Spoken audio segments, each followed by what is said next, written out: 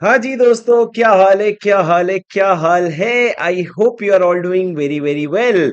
दोस्तों, क्या आप लोग तैयार हो आज के रैपिड रिवीजन के दूसरे लेक्चर में? दोस्तों, जो ये लोग लेक्चर पहली बार देख रहे हैं, आप लोगों को कुछ चीजें बता दूं। ये रैपिड रिवीजन है जिसमें आप लोगों का पूरा सीए इंटर का कंपनीज एक्ट और पूरा का पूरा अदर लॉ कवर होने वाला है in the span of next 15 days. दोस्तों, यहाँ पे हम सारी चीजें पढ़ेंगे, पूरा 100% कवरेज करेंगे। और आज हम शुरू करने वाले हैं chapter 4 share capital and debenture. Sir, इसके नोट्स जो हैं, आपको ये रैपिड रिवीजन के लिए रजिस्टर अगर करवाना है तो नीचे डिस्क्रिप्शन में आपको लिंक मिलेगा, वहां पे रजिस्टर करवाइए, वहां पे आपको सारे नोट्स मिल जाएंगे। और अगर आपको कोई भी चैलेंज आए तो मेरे को एक बार कमेंट पे जरूर बता देना, आई गेट इट रिजॉल्व। ठीक है बच्चों? ठीक है। अब सर, कौन कौन आ गए ऑनलाइन? फटाफट लाइक मारो एक एक बार। कौन कौन सर ऑनलाइन आ गए? फटाफट एक एक बारी लाइक मारो, तो मेरे को पता चले। फटाफट फटाफट फटाफट जल्दी, और चैट पे यस यस यस यस भर दो अपना नाम, ताकि मेरे को दिखे कि कितने लोग एक्टिव हैं। थैंक यू प्रदीप सिंह बेटा, प्रदीप सिंह, थैंक यू।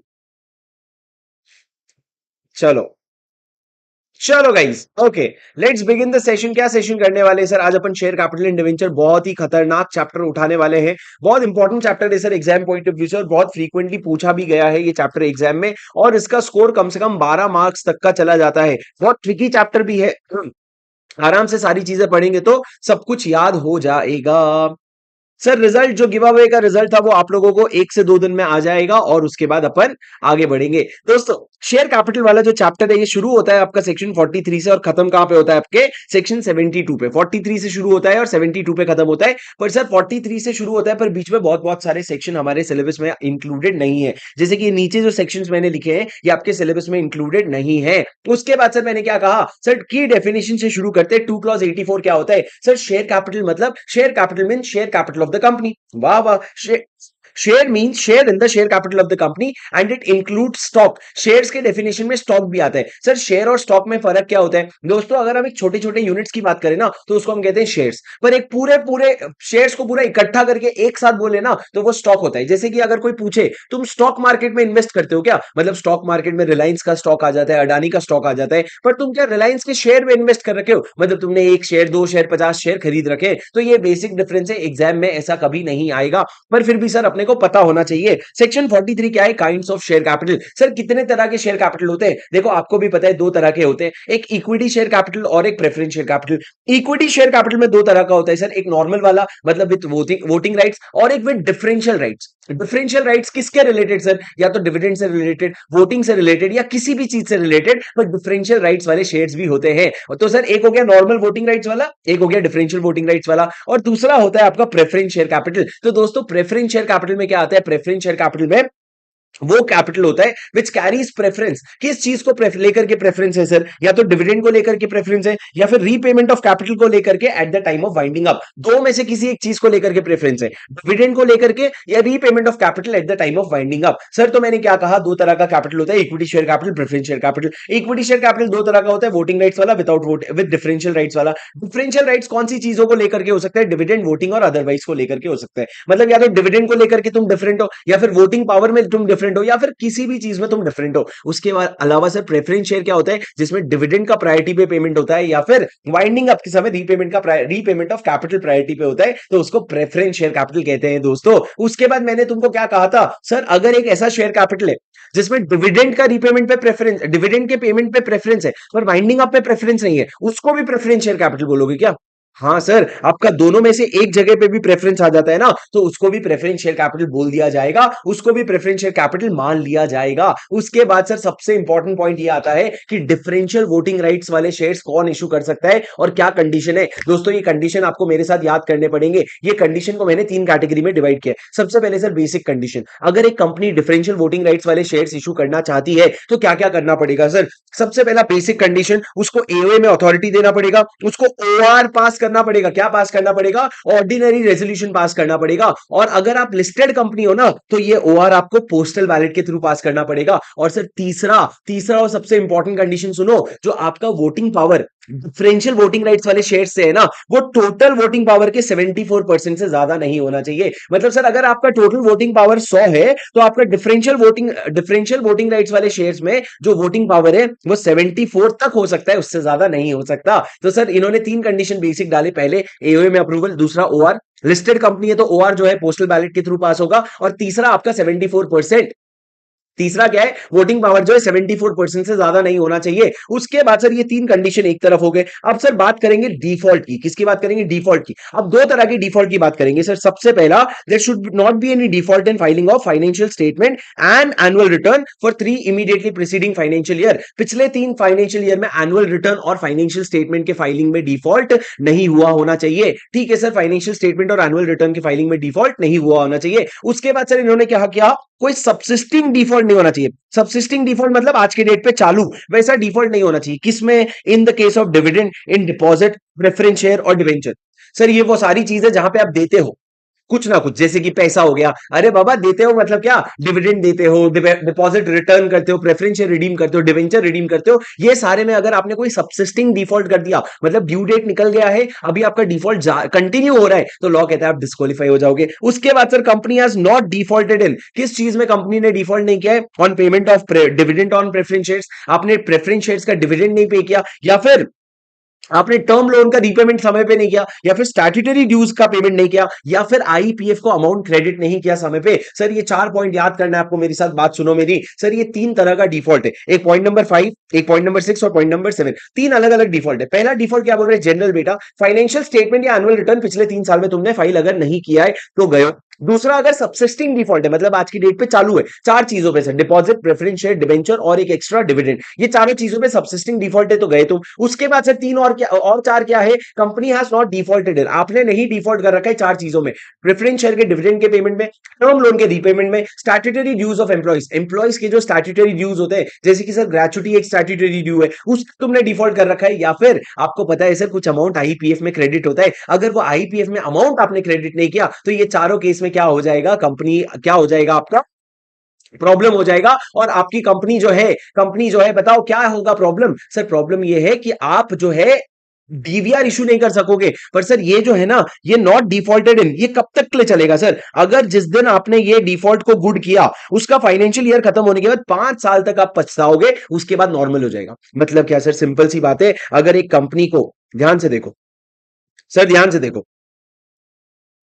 से देखो मेरी स्क्रीन में, सर अगर एक कंपनी ने डिविडेंड, प्रेफरेंस शेयर पे डिविडेंड नहीं दिया, प्रेफरेंस शेयर पे डिविडेंड नहीं दिया ना, तो जिस दिन ये डिफॉल्ट इन्होंने गुड किया, मतलब सुधारा, वो फाइनेंशियल ईयर जब खत्म हो रहा है, वो फाइनेंशियल ईयर के खत्म होने के बाद 5 साल तक तुम वनवास करोगे, उसके बाद तुम अगर चाहो ना तो डीवीआर इशू कर सकते हो। मतलब सर अगर आप डिस्क्वालीफाई हो गए from the end of financial year on which such default was made good, से लेकर के 5 साल तक तुम क्या रहोगे, डिस्क्वालीफाइड रहोगे। क्या तुम समझे सर? हाँ सर, तो मैंने क्या कहा सर, कोई सबसिस्टिंग डिफॉल्ट नहीं होना चाहिए और कोई एक्स्ट्रा डिफॉल्ट भी नहीं किया होना चाहिए 5 साल तक के लिए। और लास्ट, आपको कोई पेनल्टी भी नहीं लगी है कोर्ट या ट्राइब्यूनल के through in the last 3 years. कौन से ऑफेंस से रिलेटेड सर, सेबी एक्ट का हो गया, एससीआरएफ, एमा या ये अदर स्पेशल एक्ट से रिलेटेड आपका कोई भी ऑफेंस नहीं होना चाहिए। सर ये 8 कंडीशन देखना पड़ेगा आपको, 7 कंडीशंस, तभी जाकर के आप क्या कर सकते हो, डीवीआर वाले शेयर्स इशू कर सकते हो। सर एक बारी मेरे साथ याद कर लो ना, समझ के क्या फायदा हो गया, अभी क्लास में बहुत समझ लिए, अभी एक बारी मेरे साथ याद कर लो ना सर, याद कर लो कौन कितने पॉइंट से 7, क्या क्या 7 पॉइंट है सर। देखो सबसे पहला पॉइंट है कि आपके एओए में अथॉरिटी होनी चाहिए, ओआर पास किया होना चाहिए। पर अगर आप लिस्टेड कंपनी है तो ओआर कैसे पास करोगे, पोस्टल बैलेट के थ्रू पास करोगे। और तीसरा, आपका जो वोटिंग राइट्स इससे आ रहा है ना, ये टोटल वोटिंग राइट्स के 74% से कम होना चाहिए, तब जाके चल जाएगा हमको। उसके बाद सर आपका कोई डिफॉल्ट नहीं होना चाहिए। डिफॉल्ट कौन सा, सबसे पहला फाइनेंशियल स्टेटमेंट और एनुअल रिटर्न में पिछले 3 साल में डिफॉल्ट नहीं होना चाहिए।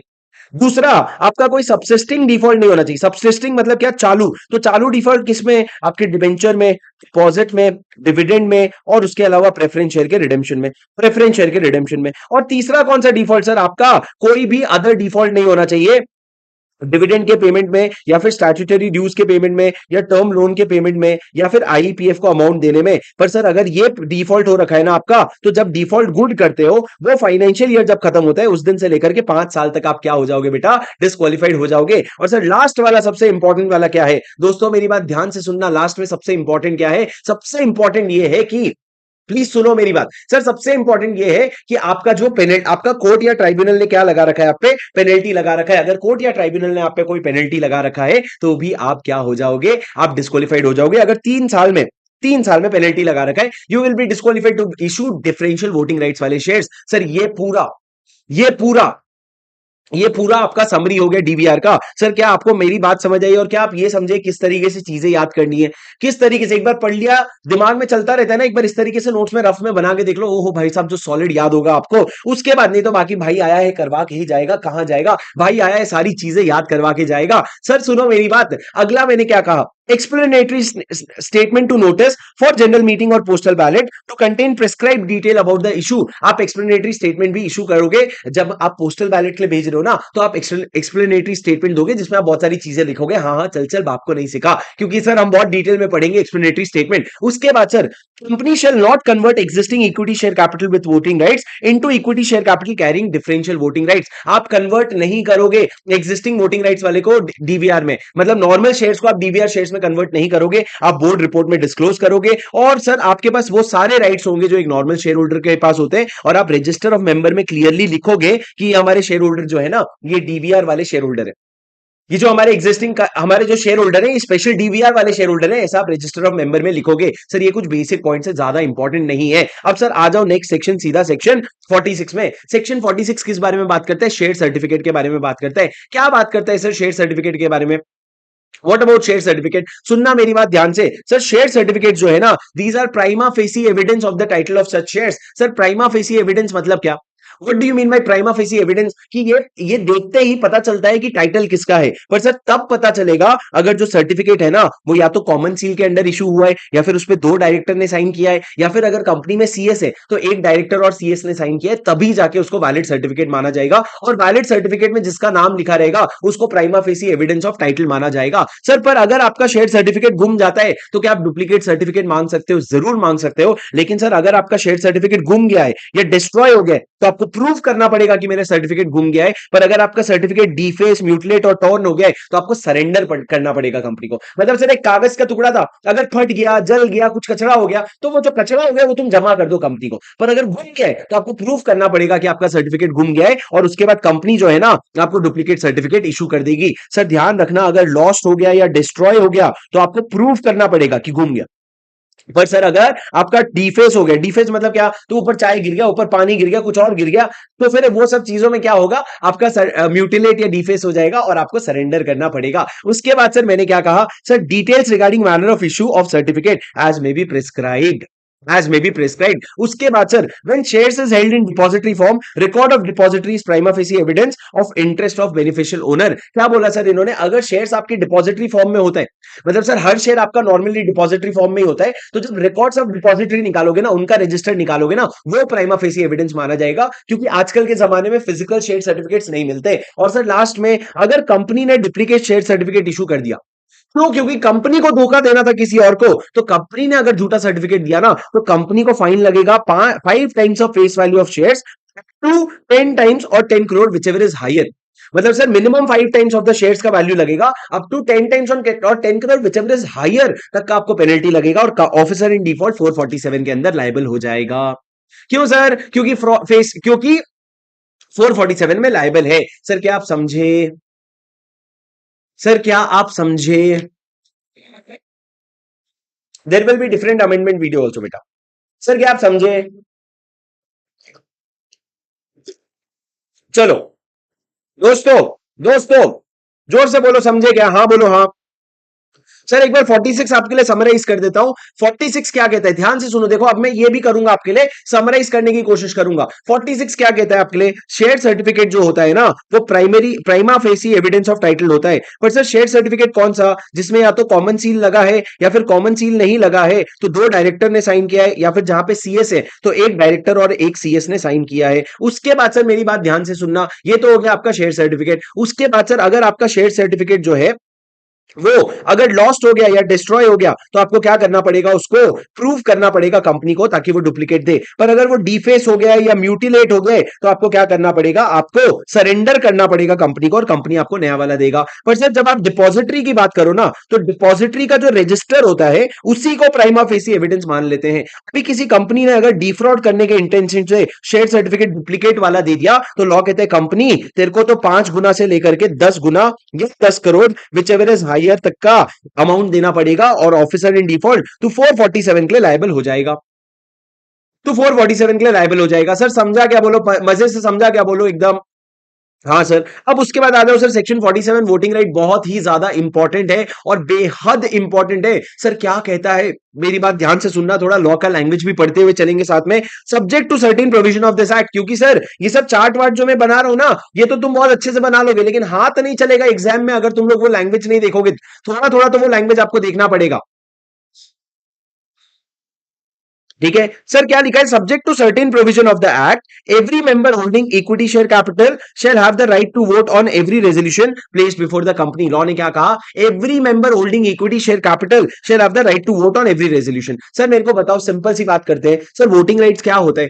मैं अगर पूरा सेक्शन ना पढ़ाऊं, आपको बेसिक बताऊं तो सर देखो, इक्विटी शेयर होल्डर के पास वोटिंग राइट्स होता है क्या, प्रेफरेंस शेयर होल्डर के पास भी वोटिंग राइट्स होते हैं। सर इक्विटी शेयर होल्डर तो सारे रेजोल्यूशन में वोट कर सकता है, पर प्रेफरेंस शेयर होल्डर सिर्फ 3 रेजोल्यूशन में वोट कर सकता है। सर सबसे पहला, हर वो रेजोल्यूशन जो उनको डायरेक्टली अफेक्ट करता है, हर वो रेजोल्यूशन जो उनको डायरेक्टली अफेक्ट करता है उनसे कंसर्निंग होता है। दूसरा, resolution relating two winding up of the company, company को बंद करके जाने से रिलेटेड जो भी रेजोल्यूशन है। और तीसरा, कभी भी आप रीपेमेंट ऑफ कैपिटल की बात कर रहे हो, किसका रीपेमेंट सर, या फिर इक्विटी शेयर कैपिटल का या प्रेफरेंस शेयर कैपिटल का, तीनों इस केस में भी क्या करते हैं, प्रेफरेंस शेयर होल्डर को इन्वॉल्व करते हैं। तो सर 3 केस, पहला वो जो डायरेक्टली इफेक्ट करता है, दूसरा वाइंडिंग अप, तीसरा repayment of equity share capital या प्रेफरेंस शेयर कैपिटल। सर एक बात बताओ मेरे को, प्रेफरेंस शेयर होल्डर है तो सर प्रेफरेंस शेयर कैपिटल के रीपेमेंट से तो उनको फर्क पड़ता है, समझा, लेकिन ये इक्विटी शेयर कैपिटल के रीपेमेंट में क्यों उनका वोट लेंगे, क्यों उनसे रेजोल्यूशन लेंगे, क्योंकि बेटा प्रेफरेंस शेयर होल्डर का क्या कॉन्सेप्ट होता है कि उनको रीपेमेंट ऑफ कैपिटल में प्रेफरेंस मिलेगा। पर उनसे पूछे बिना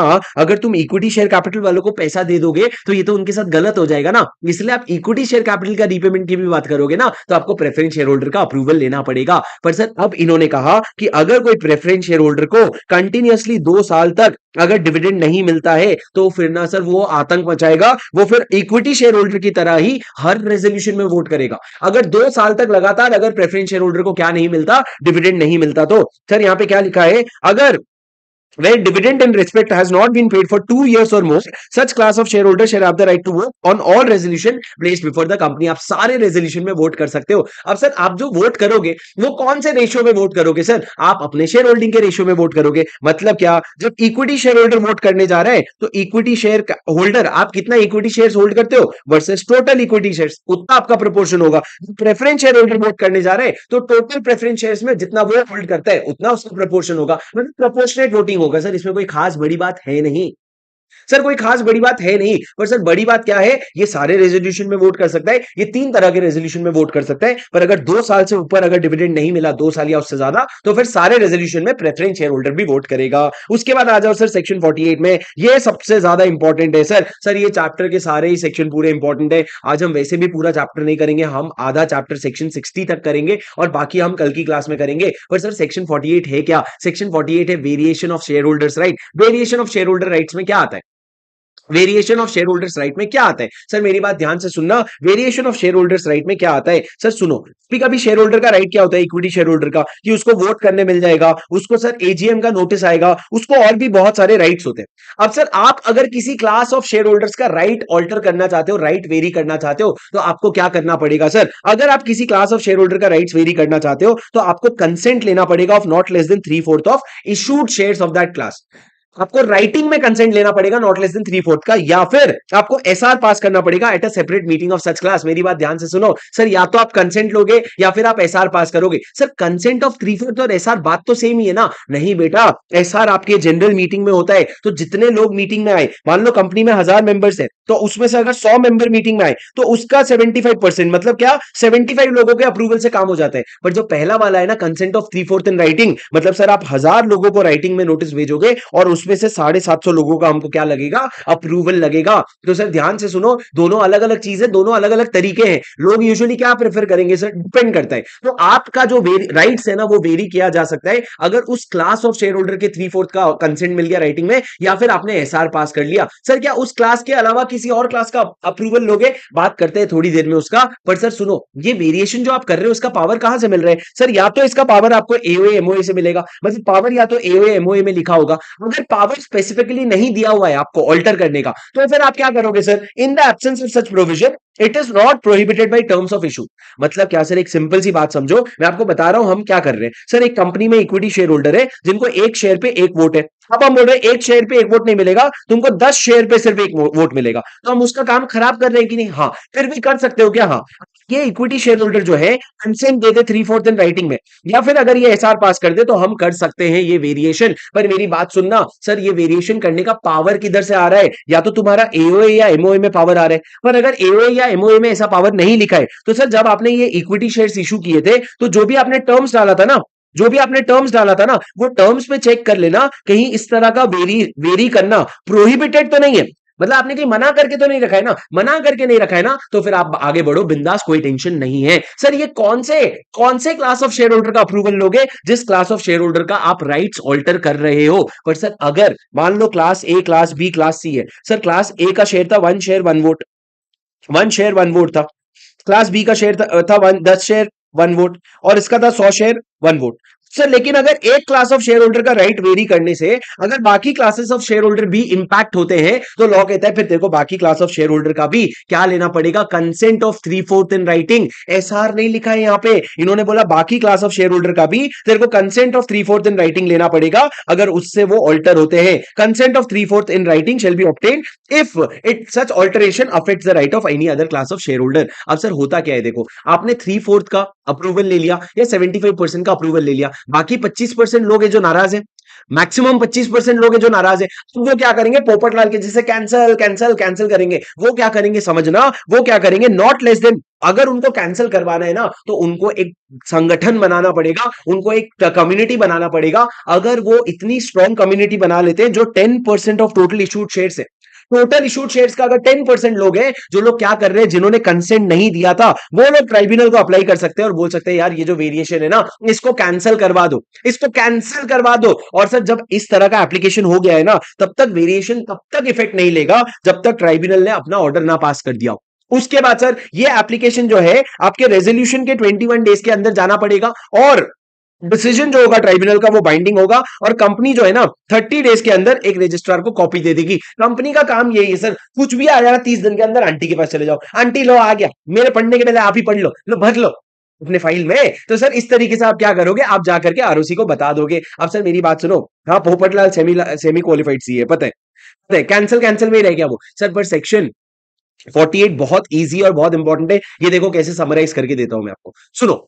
सेक्शन 48 क्या कहता है, एक क्लास ऑफ शेयर होल्डर का राइट्स अगर आपको वेरी करना है तो आपको कंसेंट लेना पड़ेगा 3/4 का, या फिर राइटिंग में, या फिर आपको एसआर पास करना पड़ेगा। सर ये पावर आपको कहां से आएगा, एओए या एमओए देगा, या फिर अगर पावर नहीं दे रहा है ना, बस ये देख लेना टर्म्स जब आपने इशू किया था तब कहीं प्रोहिबिट तो नहीं किया था ना आपने, बस अगर प्रोहिबिट नहीं किया था तो फिर कोई बात नहीं, पावर है। सर कौन से किसका अप्रूवल लोगे, जो class of share holder affect हो रहे हैं। बट अगर इस ऑल्टरेशन से कोई और क्लास ऑफ शेयर होल्डर भी अफेक्ट हो रहा है ना, तो उसका भी 3/4 इन कंसेंट ले लेना, पर उनका एसआर का ऑप्शन नहीं है, उनका 3/4 इन कंसेंट ले लेना। अब सर जो लोग रेजिस्टेंस क्रिएट कर रहे थे, मतलब जो लोग मना कर रहे थे, अगर वो 10% ऑफ इशूड कैपिटल हो जाते हैं तो वो ट्राइब्यूनल के पास जाएंगे और ये वेरिएशन को कैंसिल करने की बात करेंगे। सर अगर ट्राइब्यूनल के पास एप्लीकेशन ले जाना है तो जिस दिन आपका कंसेंट या रेजोल्यूशन मिला ना, कंसेंट ये हो गया, ये रेजोल्यूशन हो गया, इसके 21 डेज के अंदर जाना पड़ेगा। अगर सर ट्राइब्यूनल ने एप्लीकेशन एडमिट कर लिया तो फिर आपका वेरिएशन हेल्ड हो जाएगा, होल्ड हो जाएगा, मतलब अभी रुक जाना। फिर जब ट्राइब्यूनल जो ऑर्डर देगा ना वो फाइनल ऑर्डर क्या होगा, बाइंडिंग होगा। ये ऑर्डर की कॉपी कंपनी जो है ना 30 डेज के अंदर आरओसी को पहुंचा देगी। समझे क्या सर, इस तरीके से याद करना होता है। बोलो मालिक समझे क्या, हाँ सर। अब सर सेक्शन 49, 50 और 51 एक साथ पढ़ते हैं। कौन का सर रिवीजन, काय का रिवीजन, रिवीजन थोड़ी कर रहे हैं, बस हम तो स्पीड स्पीड क्लास कर रहे हैं। क्लास में बस यही चीज स्लो स्लो करते हैं हम, यहाँ पे स्पीड स्पीड क्लास कर रहे हैं क्योंकि बेटा मुझे तुमसे उम्मीद है पूरी पूरी। मुझे पता है कि 3 महीने 4 महीने पहले पढ़ा हुआ कॉन्सेप्ट तुमको कितना मक्खन की तरह याद है, मेरे को सब पता है। तुम टेंशन मत लो, मेरे को सब पता है, मन ने मेरा से నాకు नहीं, तेलुगु वाले तो है ही नहीं यहाँ पे। अब मेरी बात सुनो सर, सेक्शन 49, 50, 51 क्या कहता है? 49 कहता है सर, हेडिंग से समझ आ जाएगा, ज्यादा अंदर घुसना नहीं है। Calls on shares of same class to be made on uniform basis. Sir अगर class A, class B, class C के शेयर्स है, अगर आप क्लास ए के शेयर होल्डर से पैसा मंगवा रहे हो तो क्लास ए के सारे शेयर होल्डर से पैसा मंगवाओगे। आप ये नहीं बोल सकते कि क्लास ए के कुछ शेयर होल्डर पैसा दे दो, बाकी लोग बाद में देना, ना बाबा ना, आपको सारे शेयर होल्डर से यूनिफॉर्मली पैसे मंगवाने पड़ेंगे। बात खत्म, पैसा हजम। अगले सेक्शन में आओ सर। अगला सेक्शन क्या है? Company to accept unpaid share capital also not called up. मतलब सर कॉल्स इन एडवांस, क्या एक कंपनी कॉल्स इन एडवांस ले सकती है? मैंने तुमको क्लास में सिखाया था नहीं। पर अगर लेना है तो उसके एओए में पावर चाहिए होना चाहिए। तो sir company calls in advance ले सकती है, पर उसको एओए से पावर चाहिए होगा। अगर एओए ने पावर दिया है तो ही आप एक्सेप्ट कर सकते हो किसी मेंबर से कॉल्स इन एडवांस। पर सर ये जो कॉल्स इन एडवांस आपको मिला है, इस पे आप डिविडेंड दोगे क्या? नहीं।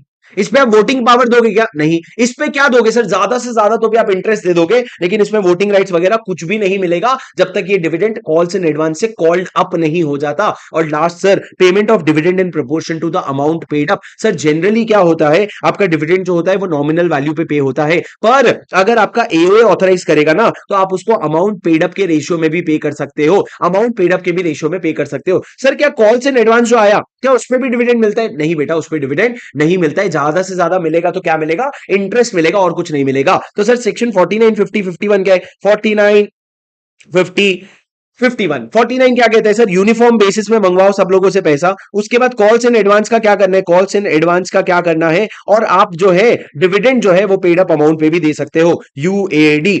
यूएडी, यूनिफॉर्म एडवांस डिविडेंड। समझे क्या? बात खत्म। अब सर आ जाओ सेक्शन 52 पे। ये आपका सबसे फेवरेट सेक्शन है सर। मेरे को बताओ सेक्शन 52 क्या कहता है? 52 कहता है application of premium received on issue of shares. Sir जब आप शेयर्स को प्रीमियम पे इशू करते हो, फेस वैल्यू 10 रुपया है, आप उसको इशू करते हो 1000 रुपए में, तो आपको जो प्रीमियम मिलता है 990 रुपए का, वो कौन से अकाउंट में जाता है? सिक्योरिटीज प्रीमियम अकाउंट में। सर सिक्योरिटीज प्रीमियम अकाउंट में जो पैसा जाता है उसका क्या यूज है लॉ में? लॉ कहता है बेटा 5 यूज करना। सर 5 यूज करना, कौन से 5 यूज करना बताओ मेरे को एक एक करके। तुम लोगों ने ये याद होना चाहिए सर, सिक्योरिटी प्रीमियम अकाउंट के 5 यूजेस क्या है? जरा जरा फटाफट चैट पे बताओ।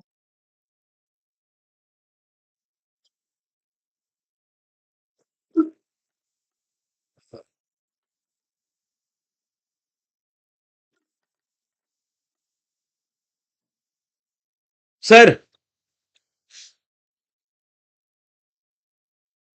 तुम लोग कहां हो रे? हाँ,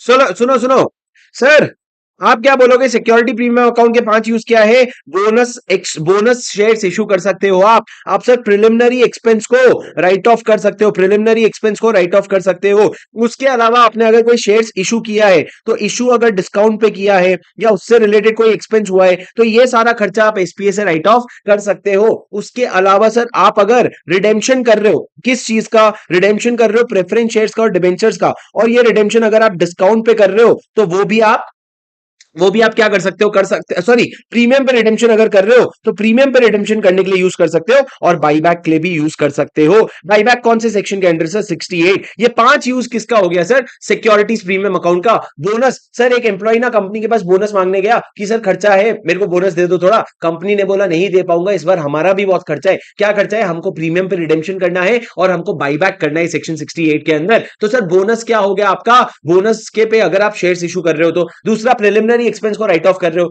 तीसरा, अगर कोई आपने इशू किया था, इशू अगर डिस्काउंट पे किया था या इशू से रिलेटेड कोई एक्सपेंस है तो उसको यूज कर सकते हो। रिडेम्पशन ऑफ प्रेफरेंस शेयर या डिबेंचर अगर आप प्रीमियम पे कर रहे हो उसके अगेंस्ट कर दो। और लास्ट में अगर आप बाईबैक कर रहे हो अंडर 68, सर अगर बीबी कर रहे हो 68 के अंदर तो फिर वो भी आपको एसपी अकाउंट से करना होगा। अब सर मेरी बात सुनो, कुछ स्पेसिफाइड क्लास ऑफ कंपनीज है, कुछ स्पेसिफाइड क्लास ऑफ कंपनीज है, अगर वो अपना बुक्स को अकाउंटिंग स्टैंडर्ड के हिसाब से बना रहे हैं, प्रॉपर अकाउंटिंग स्टैंडर्ड के हिसाब से प्रॉपर बना रहे, तो दो चीजें वो नहीं कर सकते सर। एक तो प्रिलिमिनरी एक्सपेंस का राइट ऑफ और एक प्रेफरेंस शेयर में रिडेम्पशन प्रीमियम पे।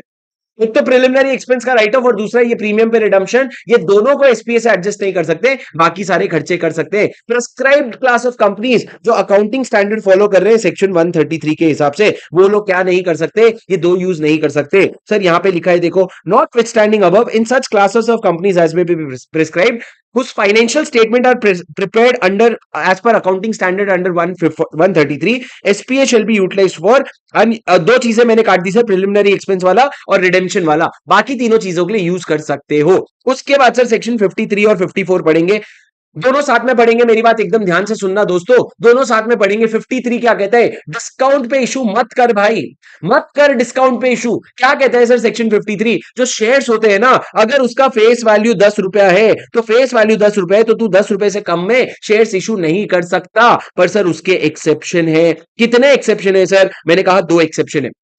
पहला एक्सेप्शन है स्वेट इक्विटी शेयर, थोड़ी देर में उसका कॉन्सेप्ट हम पढ़ेंगे, पर अगर आप स्वेट इक्विटी शेयर इशू कर रहे हो ना, आपको डिस्काउंट में इशू करना पड़ सकता है। और दूसरा सर, दूसरा, पहला तो हो गया फेस वैल्यू 10 रुपए से कम में नहीं कर सकते, स्वेट इक्विटी शेयर में कर सकते हो। दूसरा कौन सा सीन है सर, दूसरा मेरी बात ध्यान से सुनना, अगर आपका कोई डेट है वो इक्विटी में कन्वर्ट हो रहा है, डेट किस में कन्वर्ट हो रहा है, इक्विटी में कन्वर्ट हो रहा है। सर डेट इक्विटी में कन्वर्ट हो क्यों रहा है सर, या तो आपका कोई रेजोल्यूशन प्लान है जो अप्रूव हुआ है, या तो कोई रेजोल्यूशन प्लान का अप्रूवल हुआ है, या फिर आपका कोई रीस्ट्रक्चरिंग स्कीम हुआ है, रीस्ट्रक्चरिंग स्कीम हुआ है। तो दोनों केसेस के वजह से अगर डेट इक्विटी में कन्वर्ट हो रहा है जिसके वजह से आपको डिस्काउंट पे इशू करना पड़ रहा है, तो आप डिस्काउंट पे इशू करोगे। थोड़ी देर में हम लैंग्वेज समझेंगे सर, पर मेरी बात सुनो, यूजुअली फेस वैल्यू का शेयर्स कम नहीं होता। अगर आपने कम पे इशू किया तो उसको क्या मानेंगे हम, वैलिड। सही बोला कि नहीं मैंने, अगर आपने फेस वैल्यू से कम पे इशू किया तो उसको हम क्या मानेंगे, वैलिड मानेंगे। सही बोला कि नहीं मैंने, बता दो सर, उसको वैलिड कैसे मानेंगे, उसको तो वॉइड मानेंगे। पर दो एक्सेप्शन है सर, क्या एक्सेप्शन है, पहला सेक्शन 54 एक एग्जेम्पशन है, accept under section 54 a company shall not issue shares at discount. पर अगर आपने कर दिया तो वो क्या हो जाएगा, वॉइड हो जाएगा। एक्सेप्ट अंडर सेक्शन 54 मतलब क्या सर, नीचे जो सेक्शन 54 है जो किस बारे में बात करता है, स्वेट इक्विटी शेयर के बारे में। उसके बाद सर दूसरा पॉइंट, ये वाला पॉइंट पढ़ो, exception notwithstanding anything contained above a company में issue shares at a discount to its creditors when its debt is converted into shares as per statutory resolution plan और debt restructuring scheme in accordance with guidelines. मतलब sir या तो resolution plan की वजह से या restructuring scheme की वजह से अगर आपका डेट इक्विटी में कन्वर्ट होता है तो लॉ कहता है, क्रेडिटर को अगर डेट इक्विटी में कन्वर्ट होता है तो लॉ कहता है चल जाएगा। बेटा रिविजन है, नहीं तो मैं आपको बहुत डिटेल में समझाता कि ये प्रोविजन का मतलब क्या है। उसके बाद sir default under this section, default मतलब क्या, अगर एक कंपनी ऑफिसर इन डिफॉल्ट है, अगर उसने डिफॉल्ट किया इस सेक्शन में, मतलब डिस्काउंट पे इशू कर दिया तो वॉइड होगा, सो होगा। पर जो कंपनी और ऑफिसर इन डिफॉल्ट है ना, उनको फाइन लगेगा up to the amount raised through such issue और 5 lakh whichever is less, and company shall be liable to refund such money and interest at 12% per annum from date of issue। मतलब sir आपको पैसा तो देना पड़ेगा वापस, और उसके साथ आपको पेनल्टी भी देना पड़ेगा, और अगर जो पैसा वापस नहीं किया ना समय पे तो 12% पर एनम का इंटरेस्ट लग जाएगा। सर ये पेनल्टी एक बार याद करो, क्या है पेनल्टी, आपको कंपनी और ऑफिसर इन डिफॉल्ट को फाइन लगेगा जितना पैसा तुमने लिया था, या 5 लाख whichever is less, जितना पैसा लिया था या 5 लाख विचएवर इज लेस। और दूसरा क्या है सर, company shall also be liable to refund the money, वापस जब करोगे ना, अगर वापस समय पे नहीं करोगे तो 12% इंटरेस्ट लग जाएगा from the date of issue. करके तो देखो डिस्काउंट पे इशू, डिस्काउंट पे जब इशू किए पैसा आ जाएगा, पैसा जब तक रखे रहोगे ना तब तक आपको 12% का ब्याज देना पड़ेगा। सर समझे, ये हो गया आपका डिस्काउंट पे शेयर्स इशू नहीं कर सकते। अब सबसे इंपॉर्टेंट है सेक्शन 54 सर, आपका स्वेट इक्विटी शेयर क्या होता है। सर स्वेट इक्विटी शेयर क्या होता है, एक कंपनी अगर अपने एम्प्लॉइज को या अपने डायरेक्टर्स को कुछ इक्विटी शेयर्स देती है, बदले में कंसिडरेशन क्या मिलता है सर, बदले में कंसिडरेशन अगर हो भी सकता है या नहीं भी हो सकता है। और अगर कंसिडरेशन कौन से फॉर्म में हो सकता है सर, इंटेलेक्चुअल प्रॉपर्टी राइट्स की फॉर्म में हो सकता है, नो हाउ के फॉर्म में हो सकता है, या कोई भी और फॉर्म में हो सकता है, तो उसको कहते हैं सर स्वेट इक्विटी शेयर। क्या कहा मैंने, अगर एक कंपनी अपने एम्प्लॉइज या डायरेक्टर्स को कंसिडरेशन क्या है, इंटेलेक्चुअल प्रॉपर्टी राइट्स या नो हाउ के कंसिडरेशन पे अगर इक्विटी शेयर दे रहा है ना, तो उसको हम कहते हैं स्वेट इक्विटी शेयर। और एक क्या लिखा है sir, such equity share as issued by the company to its directors और एम्प्लॉय एट अ डिस्काउंट और for consideration other than cash for providing their know how और making available rights in the nature of IPR और value addition, या किसी तरह का value addition कर रहे हैं। सर जैसे कि अगर मेरी कंपनी में एक बहुत बड़ा इंसान आया और वो कहा मैं तेरी कंपनी में आके तेरी कंपनी को ग्रो करूंगा, और मेरे को आते ही मेरे को तेरे कंपनी के शेयर्स चाहिए एकदम डिस्काउंट में, ना के बराबर रेट पे। मैंने बोला लेना भाई, तू बस आ जा, तू आना, अपनी कंपनी समझ, तू बस आ जा। उसको कहते हैं सर स्वेट इक्विटी शेयर। अब सर स्वेट इक्विटी शेयर की कुछ कंडीशन है, यूं ही थोड़ी। Sir sweat equity share issue करने के लिए सबसे पहले पास करना पड़ेगा एसआर। उसके बाद सर जब आप एसआर पास करोगे ना, तो आप एसआर मतलब क्या कर रहे हो सर? आप अपने शेयर होल्डर से अप्रूवल लेने जा रहे हो। क्यों? क्यों? मान लो आपने ऐसा अपने शेयर होल्डर को बोला, राम नाम का एक डायरेक्टर आया है, मेरे को उसको स्वेट इक्विटी शेयर देना है, तो आपको अपने शेयर होल्डर को बताना पड़ेगा कि कितने शेयर्स दे रहा हूं मैं, करंट मार्केट प्राइस क्या है, मेरे को बदले में मिल क्या रहा है, और मैं किसको दे रहा हूं। मतलब सर क्या दे रहे हो, किसको दे रहे हो, कितने में दे रहे हो, ये सारी चीजें आपको बतानी पड़ेगी। और सर अगर इक्विटी शेयर लिस्टेड है ना, तो आपको सेबी रेगुलेशन का कंप्लायंस करना पड़ेगा। ये तीन चीजें तो याद कर लो सर, अगर आप स्वेट इक्विटी शेयर देना चाहते हो, एसआर पास करोगे, रेजोल्यूशन में सारा डिटेल बताओगे, और लिस्टेड कंपनी अगर हो तो सेबी का भी कंप्लायंस करोगे। ये तीन चीजें तो जरूर करोगे। अब सर सुनो, जो स्वेट इक्विटी शेयर इशू हुआ है ना, इसको किसी से कम मत समझना। भले थोड़े सस्ते में इशू हुआ है, पर ये नॉर्मल इक्विटी शेयर से कुछ कम नहीं है, एकदम पारी पासु है। अरे बिपाशा बासु नहीं, पारी पासु। पारी पासु मतलब एट पार है। तो लॉ ने क्या कहा? Rights, limitations and provisions shall be applicable to sweat equity shares too and it shall rank pari passu with the other equity shareholder। एकदम बराबर रहेगा। क्या आपको मेरी बात समझ आई? अरे क्या आपको मेरी बात समझ आई? सर ये तो बेसिक था, अभी तो पार्टी शुरू हुई है। सर सबसे पहले मेरे को ये बताओ, ये जो एम्प्लॉय आपने बोला, एम्प्लॉय या डायरेक्टर, तो एम्प्लॉय के डेफिनेशन में कौन कौन आता है सर? सबसे पहले इन्होंने बोला कि एम्प्लॉय के डेफिनेशन में एक परमानेंट एम्प्लॉय आता है। सर परमानेंट एम्प्लॉय लॉ में कहीं डिफाइंड है क्या? हमारे लिए अभी तो डिफाइंड नहीं है। आपको मैं कुछ बोलूंगा भी नहीं, नहीं तो आपके वो मन में रह जाएगा। आप समझो परमानेंट एम्प्लॉय मतलब जो कुछ समय से कंपनी में है, वो who have been working in India और आउटसाइड इंडिया, कहीं भी हो परमानेंट एम्प्लॉय होना चाहिए। दूसरा, डायरेक्टर हो गया कंपनी का, तो चाहे होल टाइम डायरेक्टर हो या कोई भी डायरेक्टर हो, पर डायरेक्टर हो गया कंपनी का। और तीसरा, यही डायरेक्टर या एम्प्लॉय जो ऊपर आपने कवर किया है, वो सब्सिडरी कंपनी के भी और होल्डिंग कंपनी के भी कवर होते हैं। एसोसिएट नहीं लिखा है सर, सब्सिडरी और होल्डिंग लिखा है, उनके भी कवर होते हैं। तो सर ये हो गया एम्प्लॉय का डेफिनेशन। पहला हो गया परमानेंट एम्प्लॉय, इंडिया में हो इंडिया के बाहर हो, डायरेक्टर होल टाइम हो पार्ट टाइम हो, तीसरा एम्प्लॉय और डायरेक्टर होल्डिंग और सब्सिडरी कंपनी के भी, ये सारे लोग को एम्प्लॉय माना जाएगा। सर मतलब क्या रिलायंस जियो, क्या सॉरी क्या रिलायंस इंडस्ट्री अपने खुद के शेयर्स रिलायंस जियो के एम्प्लॉइज को दे सकता है? बिल्कुल दे सकता है सर। आपकी सब्सिडरी कंपनी के एम्प्लॉइज को भी आप एम्प्लॉय मानोगे और उनको स्वेट इक्विटी शेयर दे सकते हो। सर वैल्यू एडिशन मतलब क्या होता है? सर पूरा पढ़ने की जरूरत नहीं है, वैल्यू एडिशन मतलब सिर्फ इतना पढ़ो, वो चीज जिससे आपको फ्यूचर में एंटिसिपेटेड इकोनॉमिक बेनिफिट है, मतलब आपको उस चीज से फ्यूचर में इकोनॉमिक बेनिफिट होगा, मॉनेटरी बेनिफिट होगा, उसको आप क्या मानोगे? वैल्यू एडिशन मानोगे। अब सर कुछ इंपॉर्टेंट कंडीशंस हैं, आपके पास एडिशन 1 होंगे तो घबराना नहीं, यही सारे पॉइंट्स आपके पास पॉइंटर्स में लिखे होंगे, मैंने इसको टेबल फॉर्म में डाल दिया फॉर ईज ऑफ रीडेबिलिटी। घबराना नहीं, मेरी बात सुनो। सर एडिशनल पॉइंट क्या है? वैलिडिटी ऑफ एसआर, जो आपने स्पेशल रेजोल्यूशन पास किया उसकी क्या वैलिडिटी होगी? सर जब भी आपने पास किया ना, उसके 12 महीने के अंदर आपको अलॉटमेंट करना पड़ेगा। आज आपने एसआर पास किया, उसके 12 महीने के अंदर अलॉटमेंट कर दो। सर बहुत इंपॉर्टेंट क्वेश्चन ये है, मैक्सिमम इशू साइज क्या होगा पर ईयर? एक साल में मैक्सिमम कितना इशू कर सकोगे आप? मेरी बात सुनो, in a financial year the company shall not issue, मेरी बात दोस्तों प्लीज एकदम ध्यान से सुनो, इन अ फाइनेंशियल ईयर, एक फाइनेंशियल ईयर में a company shall not issue sweat equity share more than 15% of paid equity share capital और issue value of 5 crore whichever is higher. दोस्तों ये समझ लेना मेरे साथ साथ, तो क्लास में ही खत्म हो जाएगा, वरना घर जाके फिर करना पड़ेगा। एक साल में आप पेड इक्विटी शेयर कैपिटल का 15% या फिर 5 करोड़ से ज्यादा इशू नहीं कर सकते, विच एवर इज हायर लिखा है। पर सर किसी भी हालत में इशुएंस जो है 25% of paid up equity share capital से ज्यादा नहीं होना चाहिए। सर किसी भी समय एक गिवन पॉइंट ऑफ टाइम पे 25% से ज्यादा नहीं होना चाहिए। एक सेकंड सर मैं समझा नहीं, अगर एक कंपनी का paid up equity share capital है 100 करोड़, तो बोल रहे हो कि 15% से ज्यादा नहीं होना चाहिए या फिर 5 crore whichever is higher. पर आपने फिर कहा कि 25% से कभी भी ज्यादा नहीं हो सकता। अरे बाबा जब आपने पहले ही 15% पे रोक लगा दिया तो 25% की बात ही कहां से उठती है? अरे उठेगी ना सर बात। आप देखो अगर ये 100 करोड़ की जगह मैं बोलूं 10 करोड़ होता, तो यहां पे लिमिट क्या हो गया? आपके पूरे साल का लिमिट क्या हो गया? 1.5 करोड़ और 5 crore whichever is higher.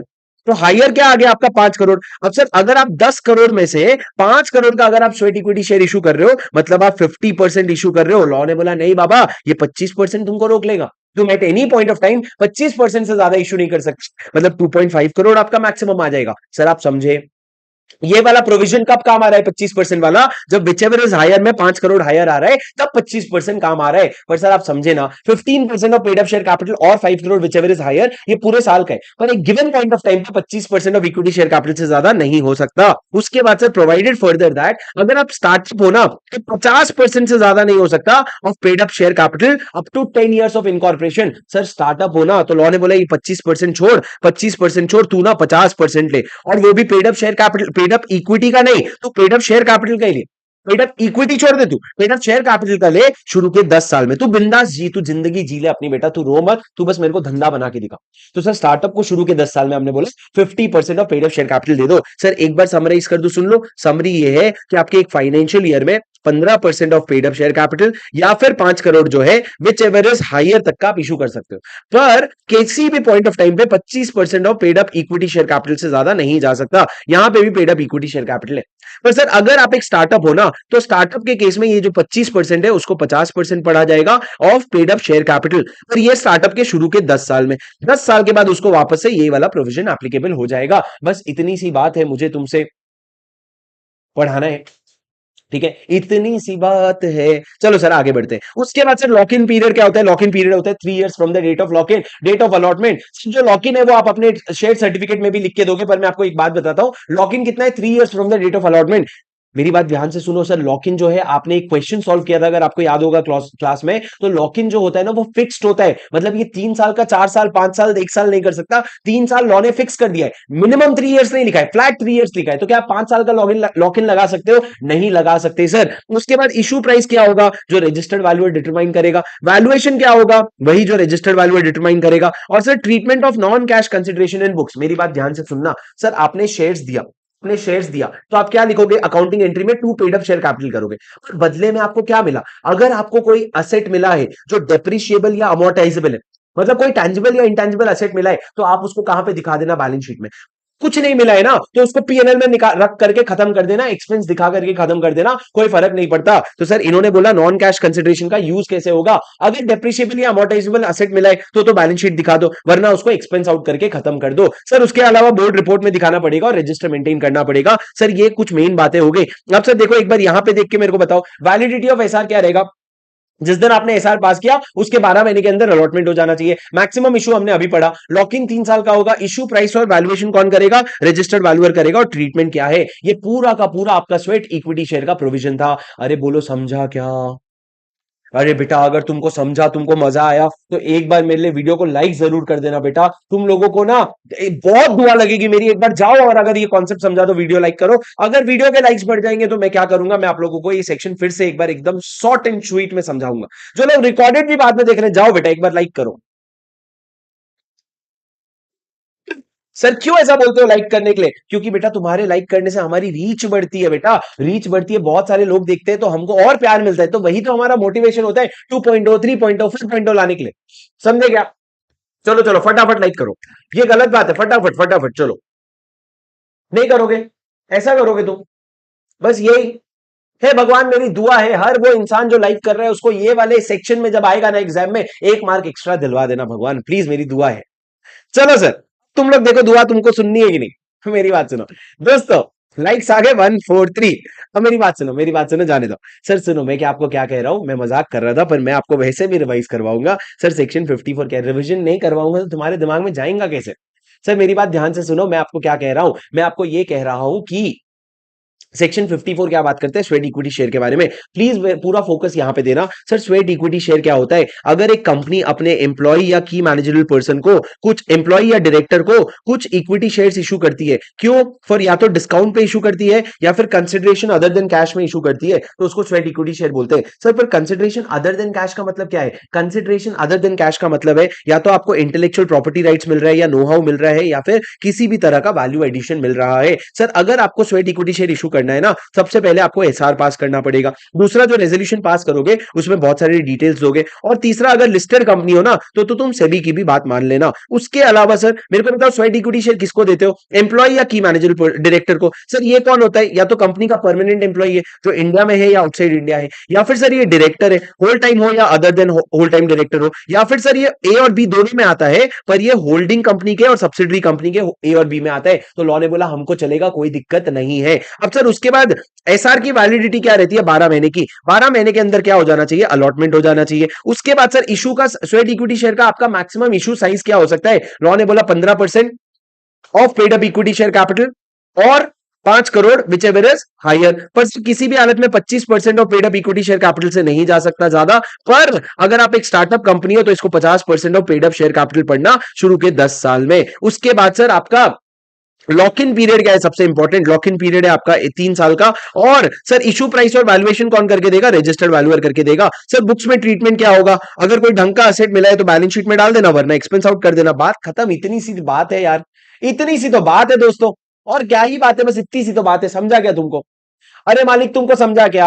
हाँ सर। अब सर आगे बढ़ते हैं सेक्शन 55 में। और मजेदार सेक्शन है आपका रिडेम्पशन ऑफ प्रेफरेंस शेयर। बच्चों रिडेम्पशन ऑफ प्रेफरेंस शेयर, मेरी बात ध्यान से सुनना सर, प्लीज मेरी बात ध्यान से सुनना। मैंने अपने ये नए वाले एडिशन में ना थोड़ा सा इसका सीक्वेंस चेंज किया है। आप लोग को सीक्वेंस मैंने क्लास में लिखवाया भी है बहुत सारे बच्चों को। अगर आप लोगों को अगर क्लास का सीक्वेंस भी नहीं है आपके पास, और मेरे पास आपके पास मेरा एडिशन 1 है, तो बस ये देख लो, आपको तुरंत समझ आ जाएगा। कोई दिक्कत नहीं है, बहुत ज्यादा नहीं बदला है मैंने, बस इसको ऊपर नीचे किया है ताकि एक ऑर्गेनाइज तरीके से लिखा हुआ मिल जाए आपको। आईसीआई मॉड्यूल में इन्होंने बहुत हौच-पौच करके दे रखा था। सर क्या है issue and redemption of preference share? Sir अगर आप प्रेफरेंस शेयर इशू करना चाहते हो, क्या आप इररिडीमेबल प्रेफरेंस शेयर इशू कर सकते हो? ना बाबा ना। आप सिर्फ और सिर्फ रिडीमेबल इशू कर सकते हो, इररिडीमेबल इशू कर सकते हो क्या? बोलो सर। बिल्कुल भी रिडीमेबल प्रेफरेंस शेयर इशू नहीं कर सकते। आप सिर्फ और सिर्फ रिडीमेबल प्रेफरेंस शेयर इशू कर सकते हो। उसके बाद सर कंडीशन क्या होगा इशू का? अगर आप रिडीमेबल प्रेफरेंस शेयर इशू करना चाहते हो, सर आपको एओए में अप्रूवल लगेगा, आपको एसआर पास करना पड़ेगा, और कोई सब्सिस्टिंग डिफॉल्ट नहीं होना चाहिए रिडेम्पशन ऑफ प्रेफरेंस शेयर में या डिविडेंड में। प्रेफरेंस शेयर के रिडीम पूरे सर, सुनो सुनो प्लीज, होश में आ जाओ मेरे साथ। एक कंपनी है आरआईएल, रिलायंस इंडस्ट्री लिमिटेड, वो क्या इशू करना चाह रही है? Preference share. सर क्या वो रिडीमेबल इशू कर सकती है? हाँ। क्या वो इररिडीमेबल इशू कर सकती है? इररिडीमेबल मतलब कभी वापस ही नहीं करेंगे। अबे करना पड़ेगा, कैसे नहीं करोगे? करना पड़ेगा तुमको। उसके बाद सर क्या कंडीशन है? सबसे पहले एओए में अप्रूवल होना चाहिए। एओए के बिना कुछ होता क्या? दूसरा सर एसआर पास करना पड़ेगा। तीसरा कोई सबसिस्टिंग डिफॉल्ट नहीं होना चाहिए बेटा। किसमें? पुराने वाले प्रेफरेंस शेयर के रिडेम्पशन में या पुराने वाले प्रेफरेंस शेयर के डिविडेंड के पेमेंट में, दोनों में कहीं पे भी क्या नहीं होना चाहिए? डिफॉल्ट नहीं होना चाहिए। सर मेरे को बताओ प्रेफरेंस शेयर का टेन्योर क्या रहेगा? It shall not exceed 20 years, maximum 20 years रहेगा। बट सर हर जगह हमको चुलत होती है, 10 साल दो तो 20 चाहिए होता है, 20 दो तो 30 चाहिए होता है। तो लॉ से पूछा गया, अरे हमको 30 साल मिलेगा क्या? तो लॉ ने बोला हाँ बेटा, अगर कोई कंपनी इंफ्रास्ट्रक्चर प्रोजेक्ट सेटअप कर रही है, इंफ्रास्ट्रक्चर प्रोजेक्ट में डील कर रही है, तो उसको हम 20 साल से ज्यादा दे सकते हैं, पर 30 साल से ज्यादा का प्रेफरेंस शेयर नहीं देंगे। और एक और शर्त है कि 20 साल के बाद आप 21st ईयर से 10-10% का क्या करना शुरू कर दो? रिडेम्पशन शुरू कर दो at the option of preference share holder. Preference share holder बताएंगे कितना परसेंट, उनके ऑप्शन पे आप रिडेम्पशन शुरू कर दो। पर सर ये आपके कंडीशंस हो गए 4। पहला एओए में अप्रूवल, दूसरा एसआर पास करना पड़ेगा, तीसरा कोई डिफॉल्ट नहीं होना चाहिए, और चौथा आपको टेन्योर देखना पड़ेगा, 20 साल से ज्यादा नहीं हो सकता। 20 साल से ज्यादा अगर रखना है तो इंफ्रास्ट्रक्चर प्रोजेक्ट में इन्वॉल्व होने चाहिए, और आपको 21st ईयर से प्रेफरेंस शेयर होल्डर के ऑप्शन पे 10-10% का मिनिमम रिडेम्पशन शुरू कर देना चाहिए। अब सर जब आप रिडेम्पशन करोगे तो पैसा किधर से आएगा? तो सर सुनो, प्रेफरेंस शेयर जो है ना, वो रिडीम होगा एट अ फिक्स टाइम और happening of a certain event. मतलब सर जब आपने इशू किया होगा ना, तब आपने बताया होगा कैसे रिडीम होगा। या तो वो एक फिक्स टाइम पे रिडीम होगा, या फिर कंपनी के ऑप्शन पे रिडीम होगा, या कभी भी प्रेफरेंस शेयर होल्डर के ऑप्शन पे रिडीम होगा। सर पर रिडेम्पशन के लिए पैसा किधर से लाओगे? It shall be redeemed only out of profits of the company available for dividend और proceeds of fresh issue made for the purpose. Sir जो प्रॉफिट्स है उससे कर लो, या फिर कोई फ्रेश इशू अगर आपने किया है तो उससे कर लो। लेकिन सर याद रखना, sir fully paid up redeem हो सकते हैं। सर ये सोर्स क्या हो गया आपके रिडेम्पशन का? या तो प्रॉफिट, या तो आपने जो फ्रेश इशू किया है। बट सर सुनो, अगर आप उसको प्रॉफिट से रिडीम कर रहे हो ना, तो आपको कुछ नॉमिनल अमाउंट जो है ना, उसको सीआरआर में डालना पड़ेगा। नॉमिनल अमाउंट, सर सीआरआर क्यों बनाना पड़ता है? सर प्रॉफिट्स किसके लिए होता है? इक्विटी शेयर होल्डर के लिए। अगर इक्विटी शेयर होल्डर के प्रॉफिट में हाथ लगा के आप अगर प्रेफरेंस शेयर होल्डर को पैसा दे रहे हो ना, तो लॉ ने कहा पहले उतना पैसा तू कैपिटल रिडेम्पशन रिजर्व में डाल और उसको अलग से लिख। उसके बाद सर कैपिटल रिडेम्पशन रिजर्व का क्या यूज हो सकता है? सिर्फ एक ही यूज है सर सीआरआर का, बोनस शेयर। उसके अलावा दुनिया में सीआरआर का कोई ढंग का यूज ही नहीं है। सिर्फ इकलौता यूज क्या है? इकलौता यूज है उसका बोनस शेयर्स इशू करना। सर उसके बाद premium on redemption of preference share. अगर आप रिडेम्पशन में प्रीमियम भर रहे हो, तो वो प्रीमियम आप प्रॉफिट से भी दे सकते हो, या फिर आप सिक्योरिटी प्रीमियम अकाउंट से भी दे सकते हो, क्योंकि आपको पता है सिक्योरिटी प्रीमियम अकाउंट भी प्रॉफिट के लिए यूज होता है। पर सर आपको याद होगा, कुछ प्रिस्क्राइब क्लास ऑफ कंपनीज है जो सेक्शन 133 के हिसाब से अगर अकाउंटिंग स्टैंडर्ड बनाते हैं, तो उसका एसपीए 5 नहीं 3 यूज होते हैं। उसमें कटे थे, एक प्रिलिमिनरी एक्सपेंस वाला, दूसरा प्रीमियम वाला। तो सर अगर आप प्रेफरेंस शेयर को रिडीम कर रहे हो प्रीमियम पे ना, तो कुछ कंपनीज के लिए एसपीए यूज नहीं हो सकता, सिर्फ प्रॉफिट ही यूज होगा। और sir such premium shall be provided for before redemption. Sir अभी तक जो पॉइंट मैंने आपको पढ़ाया वो एक बार अभी तक समेट करके दे देता हूं, आराम से सुनो सर, आराम से सुनो। क्या है घबराने का नहीं, सारी पॉइंट भाई आया है याद करवा के जाएगा, घबराने का बिल्कुल जरूरत नहीं है। मेरी बात सुनो, सेक्शन 55 क्या कहता है दोस्तों? दोस्तों सेक्शन 55 ये कहता है redemption of preference share. Sir सबसे पहला क्या प्रेफरेंस शेयर इररिडीमेबल हो सकता है? नहीं बेटा, उसको जरूर जरूर क्या होना पड़ेगा? रिडीमेबल होना पड़ेगा, जरूर जरूर रिडीमेबल होना पड़ेगा। ठीक है सर, दूसरा बताओ। दूसरा, सर जब आप प्रेफरेंस शेयर्स इशू कर रहे हो तो आपको चार कंडीशन ध्यान रखने पड़ेंगे। पहला तो एओए में अप्रूवल होना चाहिए, फिर उसके बाद एसआर पास करो, उसके बाद आपको यह देखना पड़ेगा कोई सबसिस्टिंग डिफॉल्ट तो नहीं है प्रेफरेंस शेयर के रिडेम्पशन में या फिर उसके डिविडेंड के पेमेंट में, और फिर लास्ट में आपको यह देखना पड़ेगा कि क्या टेन्योर है। टेन्योर 20 साल से ज्यादा नहीं हो सकता, लेकिन अगर 20 साल से ज्यादा 30 साल तक रखना है तो आपको क्या करना पड़ेगा मेरे दोस्तों? अगर आपको 30 साल तक रखना है तो you have to be an infrastructure project company, और आप फिर 21st ईयर ऑनवर्ड क्या करोगे? 21st ईयर ऑनवर्ड आप क्या करोगे? 21st ईयर से आप 10% का रिडीम करोगे प्रेफरेंस शेयर होल्डर के ऑप्शन पे। ये बेसिक बात हो गई सर। अब मेरे को बताओ रिडेम्पशन कहां से होगा? सर रिडेम्पशन या तो प्रॉफिट से होगा या फिर कोई प्रोसीड से होगा। पर अगर आप प्रॉफिट से रिडेम्पशन कर रहे हो ना, तो जितना आप अमाउंट रिडीम कर रहे हो उसका जो नॉमिनल वैल्यू है उतना आपको सीआरआर में डालना पड़ेगा, कैपिटल रिडेम्पशन रिजर्व। और सीआरआर में सर सुनना मेरी बात ध्यान से, सीआरआर में प्लीज मेरी बात ध्यान से सुनना, कैपिटल रिडेम्पशन रिजर्व का यूज क्या है? कैपिटल रिडेम्पशन रिजर्व आप सिर्फ बोनस शेयर्स के लिए इशू कर सकते हो। ये तो हो गया सर बेस अमाउंट का, लेकिन अभी जो प्रीमियम होता है प्रेफरेंस शेयर में उसका क्या? प्रीमियम जो है ना दो जगह से यूज हो सकता है, या तो प्रॉफिट से या फिर सिक्योरिटी प्रीमियम अकाउंट से। पर सर अगर एक कंपनी है जो अकाउंटिंग स्टैंडर्ड 133 के हिसाब से बना रही है और कंप्लायंस कर रही है, कंप्लायंस और प्रिस्क्राइब्ड क्लास ऑफ कंपनी है, तो लॉ कहता है उसके लिए फिर एसपीए यूजेबल नहीं है, उसके लिए तो सिर्फ प्रॉफिट ही बचेगा, उसको प्रॉफिट से ही प्रीमियम रीपे करना पड़ेगा। सर कुछ भी समझा क्या? थोड़ा थोड़ा समझा क्या? मेरे साथ साथ चल रहे हो क्या तुम?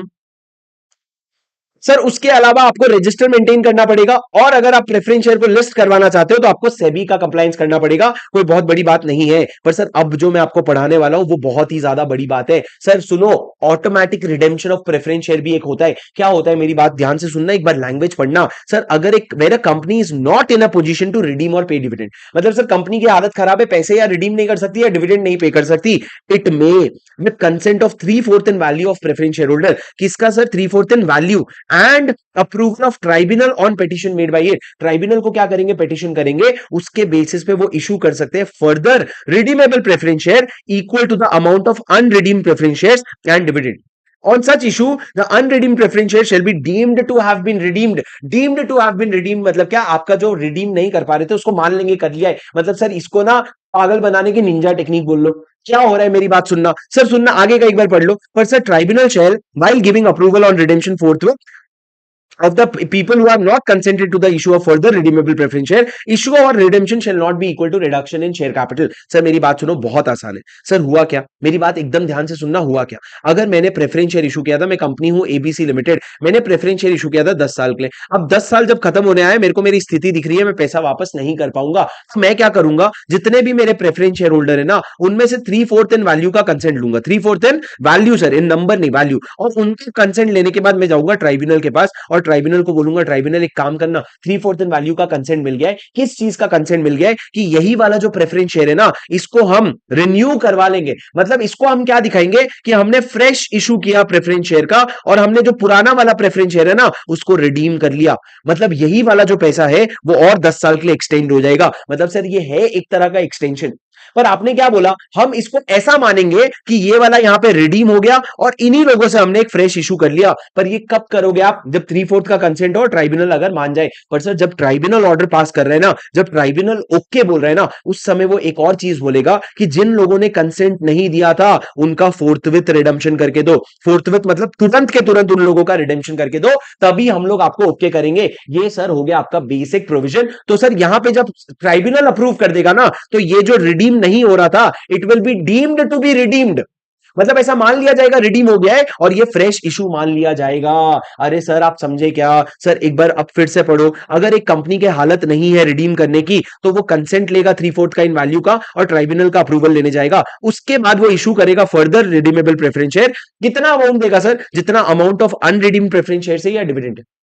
पर unredeemed preference share will be deemed to have been redeemed, मान लेंगे कि रिडीम हो गया है। पर सर जब ट्राइब्यूनल ऐसा ऑर्डर दे रहा है ना, वो फोर्थविथ रिडेम्पशन करने की बात करेगा उन लोगों की जिन्होंने कंसेंट नहीं दिया है। अब एक लाइन लिखा है सर, क्या? इशू और redemption of preference share is not considered as reduction in share capital. मतलब क्या सर? आपका प्रेफरेंस शेयर अगर आप रिडीम कर रहे हो, अगर आप रिडीम कर रहे हो तो प्रेफरेंस शेयर कम हो रहा है सर, प्रेफरेंस शेयर कैपिटल कम हो रहा है ना, उसको रिडक्शन इन शेयर कैपिटल मत मानना और उसको रिडक्शन इन शेयर कैपिटल वाला सेक्शन मत लगा देना सर। ये एक बेसिक पॉइंट है, ये कह रहे हैं बेटा प्रेफरेंस शेयर के रिडेम्पशन को रिडक्शन इन शेयर कैपिटल मत मानना, बस इतनी सी बात है। ठीक है, अब सर मेरे को एक बात बताओ, अगर एक कंपनी ने 100 रुपए का शेयर था, उसको रिडीम किया, 100 रुपए का प्रेफरेंस शेयर था, उसको रिडीम किया 120 रुपए में, कहां से रिडीम किया सर? प्रॉफिट से। मेरे को बताओ कितना अमाउंट आप जो है सीआरआर में ट्रांसफर करोगे? Option A 100, option B 120, option C 20, option D NOTA. NOTA मतलब मोटा नहीं रे, NOTA, none of the above. Sir अगर एक कंपनी है जिसने 100 रुपए का प्रेफरेंस शेयर अगर 120 में रिडीम किया, तो आप कितना अमाउंट सीआरआर में डालोगे सर? सीआरआर में आप डालते हो नॉमिनल वैल्यू, तो यहां पे कितना डालोगे सर आप? जीरो। क्यों जीरो सर? क्या होश में हो? जीरो। सर नॉमिनल वैल्यू, सुनना मेरी बात, sorry sorry, I am so sorry, I am so sorry, I am so sorry. Sir यहां पे आप कितना डालोगे? आप यहां पे डालोगे 100। पर सर यही अमाउंट अगर फ्रेश प्रोसीड से अगर आप रिडीम करते तो क्या होता? फ्रेश प्रोसीड से अगर आप रिडीम करते, नए वाले प्रोसीड से रिडीम करते, तो फिर आप नन ऑफ द अबव लेते, जीरो लेते। क्यों सर? सीआरआर में अमाउंट तभी डालना है अगर आप प्रॉफिट को हाथ लगा रहे हो, अगर आप फ्रेश इशू कर रहे हो तो सीआरआर में एक भी अमाउंट नहीं जाएगा। बच गया मैं, बच गया मैं, मेरे को ध्यान आ गया, वरना मैं गलत बोल देता फिर तुम धोते मेरे को। सुनो सर, आप समझे क्या? बोलो बेटा, थोड़ा थोड़ा समझे क्या? हाँ सर, अब मैं आपको अगले सेक्शंस बताता हूं। सेक्शन 57, 58, 59, 60 पढ़ेंगे, मेरी बात सुनो। सर पढ़ेंगे आराम से, तुम लोग एक ऐसे गहरी सांस लो, गहरी सांस लो, आपको पूरा ऐसा एनर्जी वापस मिल जाएगा। देखो एक बार गहरी सांस लेकर के, एक बार गहरी सांस लेकर के देखो, आपको पूरा एनर्जी वापस मिल जाएगा। एक बार आप गहरी सांस लेकर के देखो, आपको आपका पूरा का पूरा एनर्जी वापस मिल जाएगा। फिर अपन वापस सेक्शन 56, 57, 58, 59 और 60 करेंगे, उसके बाद ही क्लास खत्म करेंगे।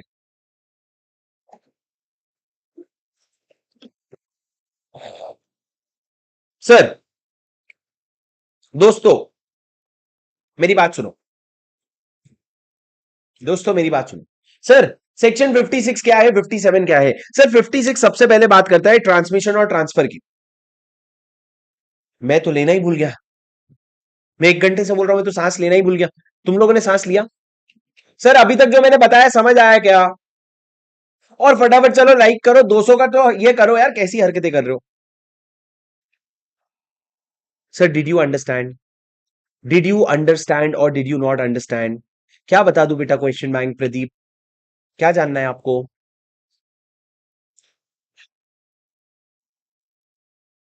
चलो सर आगे बढ़े। सर कौन कौन मेरे साथ शुरू से अभी तक बना हुआ है? बताओ, जोर से बताओ, कौन कौन शुरू से अभी तक बने हुए हैं? चैट पे धर धर मी लिखो।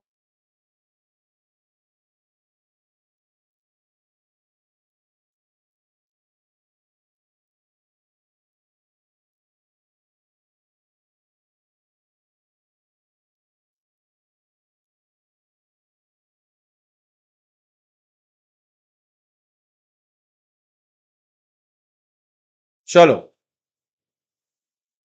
ओके गाइस, गंदे बच्चे नहीं है रे, ऐसा मत बोल रहे। मेरे बच्चे गंदे कैसे बोला? सुनो, जैसे हैं अपने हैं। सुनो मेरी बात दोस्तों, आगे बढ़ते हैं दोस्तों, शुरू करते हैं वापस से। सर सेक्शन 56 से लेकर के आगे का सेक्शन पढ़ते हैं। सर सेक्शन 56 किस बारे में बात करता है? अब सर हम दो कॉन्सेप्ट समझेंगे, एक हम ट्रांसफर का कॉन्सेप्ट समझेंगे और दूसरा हम ट्रांसमिशन का कॉन्सेप्ट समझेंगे। सर दोनों में फर्क क्या होता है? सर ट्रांसफर का कॉन्सेप्ट क्या होता है, अगर एक बात समझो, ट्रांसफर के कॉन्सेप्ट में आप अपने शेयर्स अगर किसी को ट्रांसफर कर रहे हो, सर अगर ये सलमान खान है और अगर ये कैटरीना है, सर सलमान खान ने अगर कैटरीना को अपने शेयर्स ट्रांसफर किए तो क्या होगा सर? किसके शेयर्स थे? रिलायंस के शेयर्स थे। तो कैटरीना को क्या करेगा सलमान, और कैटरीना क्या करेंगे फिर?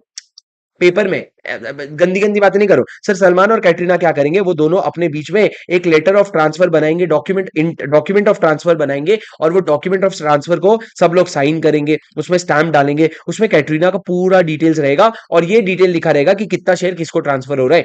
उसके साथ सर सलमान अपना खुद का शेयर सर्टिफिकेट अटैच करेगा, और उसके बाद कैटरीना क्या करेगी, ये शेयर सर्टिफिकेट लेकर रिलायंस के पास जाएगी और रिलायंस को बोलेगी रिलायंस इसको रजिस्टर कर दे। सर जब ये डॉक्यूमेंट बना ना, ये डॉक्यूमेंट के 60 डेज के अंदर या तो कैटरीना या सलमान जा करके इसको रजिस्टर करवाएंगे और रिलायंस ये ट्रांसफर को रजिस्टर कर लेगा। सर इसको बोलते हैं transfer of shares. Transfer of shares में एक इंस्ट्रूमेंट बनता है, एक डीड बनता है, इंस्ट्रूमेंट ऑफ ट्रांसफर। क्या लिखा है सर? Company will not register a transfer unless what has happened, unless instrument of transfer, इसका सर एक फॉर्मेट है फॉर्म SH4। आप चैप्टर का नाम है शेयर कैपिटल एंड डिबेंचर, तो यहां पे जो फॉर्म है उसका नाम क्या है SH4। तो आपको एक SH4 बनाना पड़ेगा, ड्यूली स्टैम्प्ड होगा, डेटेड होगा, और उसमें ट्रांसफर और ट्रांसफरी दोनों साइन करेंगे। ट्रांसफर और ट्रांसफरी दोनों साइन करेंगे, उसमें आप ट्रांसफरी के बहुत सारे डिटेल्स बताओगे। किसके बहुत सारे डिटेल्स बताओगे? आप ट्रांसफरी के बहुत सारे डिटेल्स बताओगे, और फिर उसको डिलीवर करोगे कंपनी को। कौन डिलीवर करेगा? तो या तो सलमान या कैटरीना करेंगे, 7 दिन के अंदर डिलीवर करेंगे, along with letter of allotment या शेयर सर्टिफिकेट। मतलब सर सलमान के पास अगर शेयर सर्टिफिकेट है वो भी दे देना, अगर शेयर सर्टिफिकेट नहीं है तो कोई लेटर ऑफ अलॉटमेंट आया होगा ना जिसके दम पे तू ट्रांसफर कर रहे हैं, वो दे देना, लेकिन वो कंपनी तक पहुंचा देना। ये हो गया सर आपका बेसिक प्रोविजन ट्रांसफर का। लेकिन सर सुनो, अगर जो इंस्ट्रूमेंट है ना ट्रांसफर का, अगर वो गुम गया या कंपनी को डिलीवर नहीं हुआ, तो सर कंपनी जनरली रजिस्टर नहीं करेगी ट्रांसफर को।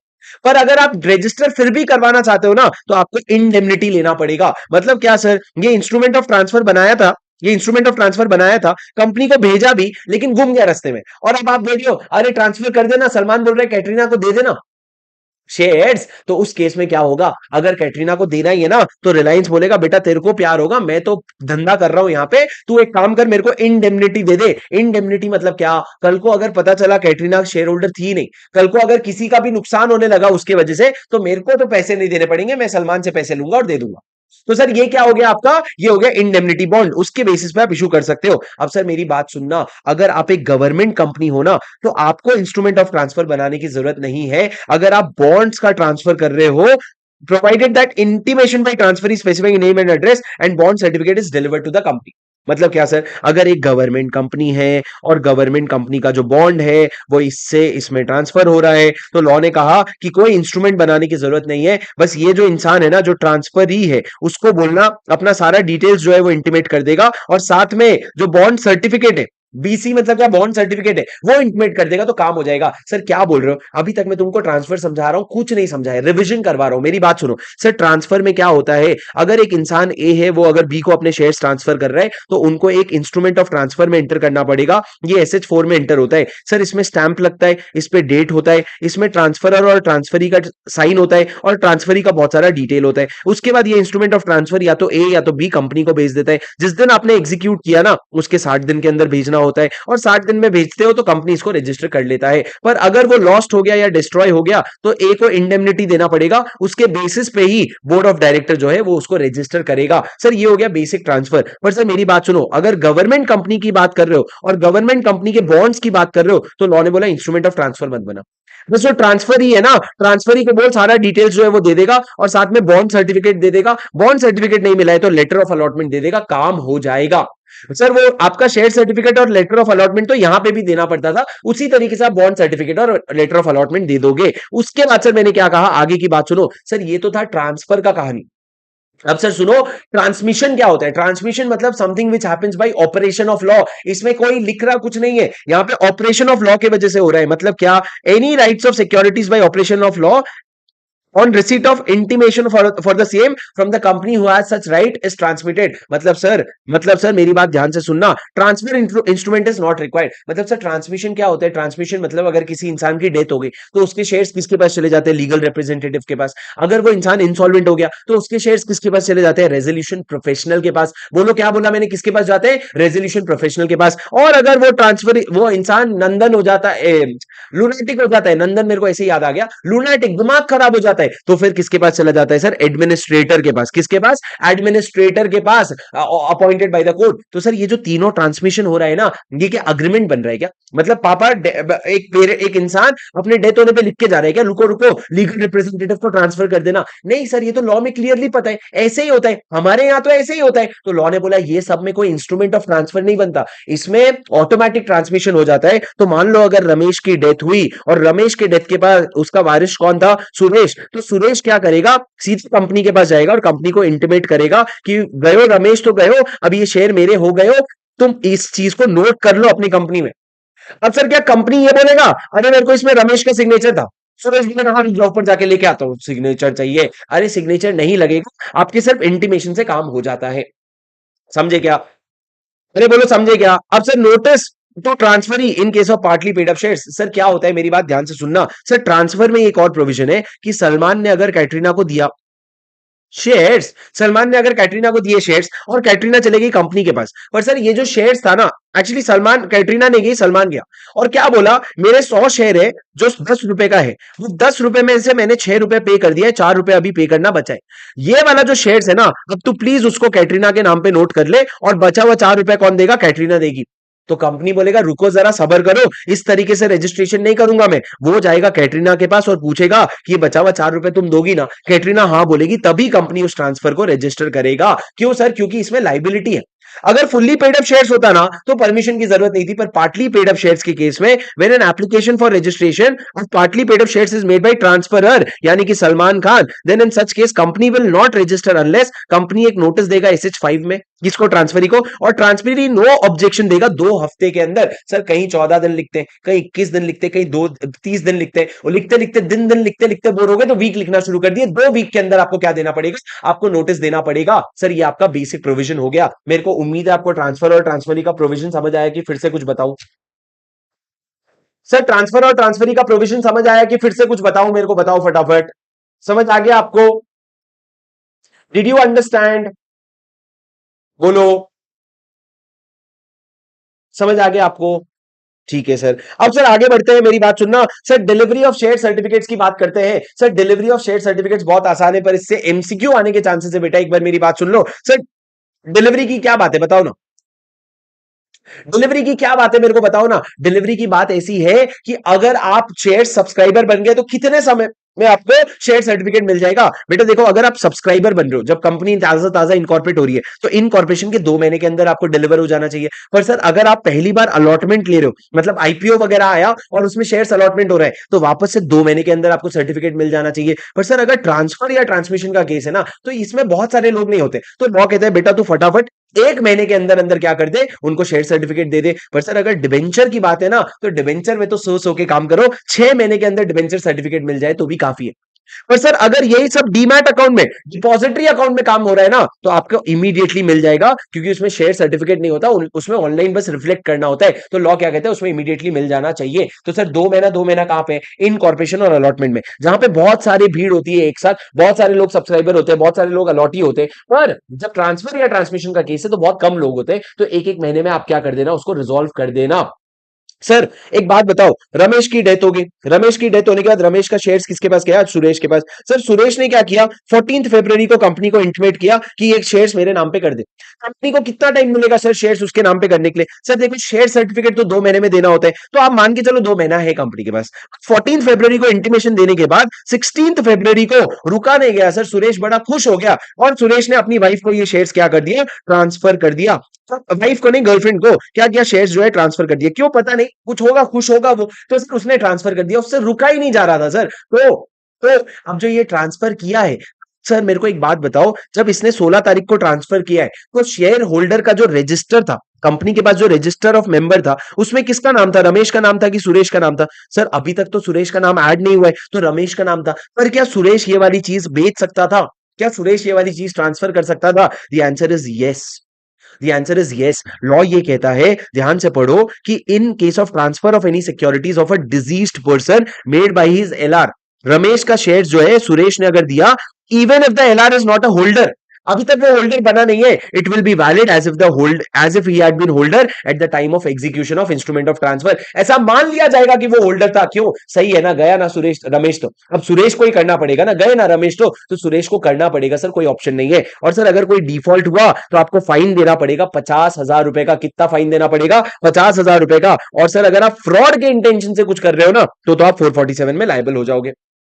सर फ्रॉड के इंटेंशन से कर रहे हो तो आप 447 में लाइबल हो जाओगे। सर ये तो बेसिक केस हो गया, ये तो हम समझ गए। पर सर अब इसके बाद सुनो, फोर्ज्ड ट्रांसफर के केस में क्या होगा। सर अगर सलमान ने कैटरीना को नहीं दिया, नहीं दिया, सब झूठ है, अगर नहीं दिया सलमान ने कैटरीना को, तो पर अगर फोर्जरी होकर के ट्रांसफर हो गया, मतलब क्या, सलमान के घर गया कोई, घर जाकर के उसका शेयर सर्टिफिकेट लिया, उसका इंस्ट्रूमेंट ऑफ ट्रांसफर बनाया, उसमें सलमान का सिग्नेचर लिया और आगे कैटरीना को बेच दिया, क्या होगा सर? एक बार आप ये केस पढ़ लो, आपको समझ आ जाएगा। केस पढ़ो, मिस्टर ए एक शेयर होल्डर है रिलायंस में, चोर ने क्या किया, सिग्नेचर फोर्ज किया और बी को ट्रांसफर कर दिया, बी ने आगे उसको सी को ट्रांसफर कर दिया और रिलायंस ने सी का नाम रजिस्टर कर लिया। अब क्या होगा सर? अब होगा ये कि देखो हुआ क्या, ए का शेयर्स चोर ने फोर्ज करके किसको दे दिया? बी को। बी ने क्या किया? सी को दे दिया। कंपनी ने क्या किया? सी का नाम नोट कर लिया। अब सर जब ए जाएगा ना कंपनी के पास कि ऐसे कैसे मेरा शेयर ट्रांसफर हो गया, तो सर कंपनी लायबल है ए को रिस्टोर करने के लिए। The company will restore the ownership to mister A, but sir company shall not be liable to mister B and mister C. आपका मिस्टर बी और सी से कोई लेना देना नहीं होगा। आपका रियल ओनर आया और आप उनका नाम डाल दोगे, कोई प्रॉब्लम नहीं है। सर ओनरशिप तो दोगे ही दोगे, साथ में अगर आपने कोई डिविडेंड भी बीच में डिक्लेयर किया होगा ना, वो डिविडेंड भी ए के पास जाएगा। बी और सी की तरफ आंसरेबल नहीं हो तो सर सी क्या करेगा? सी जाकर के बी को पकड़ेगा। बी क्या करेगा? बी जाकर के सी चोर को पकड़ेगा। इस तरीके से आपका ग्राफ चलेगा सर। सर आपका अगर एडिशन 1 है, इसमें आंसर अगर कुछ और है तो प्लीज उसको काट के ये वाला नोट कर लो, पर ये करेक्ट है। सर क्या आप मेरी बात समझे?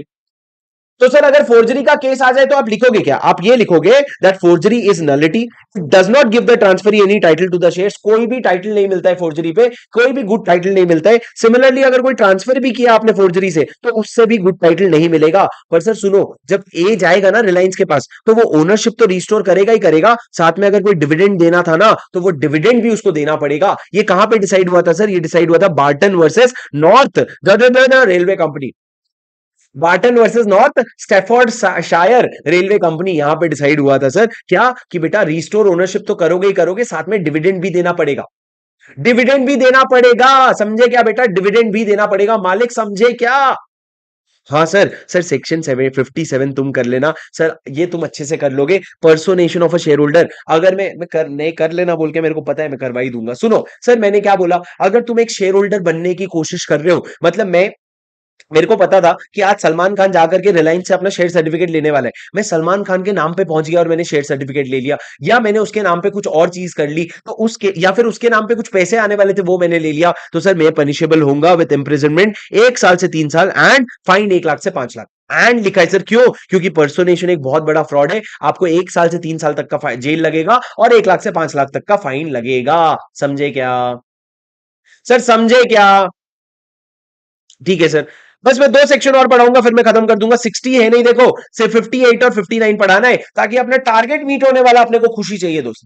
कुछ भी हो जाए दुनिया में, टारगेट मीट होने वाली खुशी अपनी जगह है, बाकी दुनिया अपनी जगह है। सर सेक्शन 58 क्या कहता है और सेक्शन 59 क्या कहता है? सर सेक्शन 58 पहले पढ़ लेते हैं। सर 58 क्या कहता है? रेफ्यूजल ऑफ रजिस्ट्रेशन। मेरी बात ध्यान से सुनो सर, 2 तरह के कंपनी होते हैं, एक होता है पब्लिक कंपनी, एक होता है प्राइवेट कंपनी। मेरे को बताओ शेयर का ट्रांसफर ज्यादा डिफिकल्ट कहां पे होता है?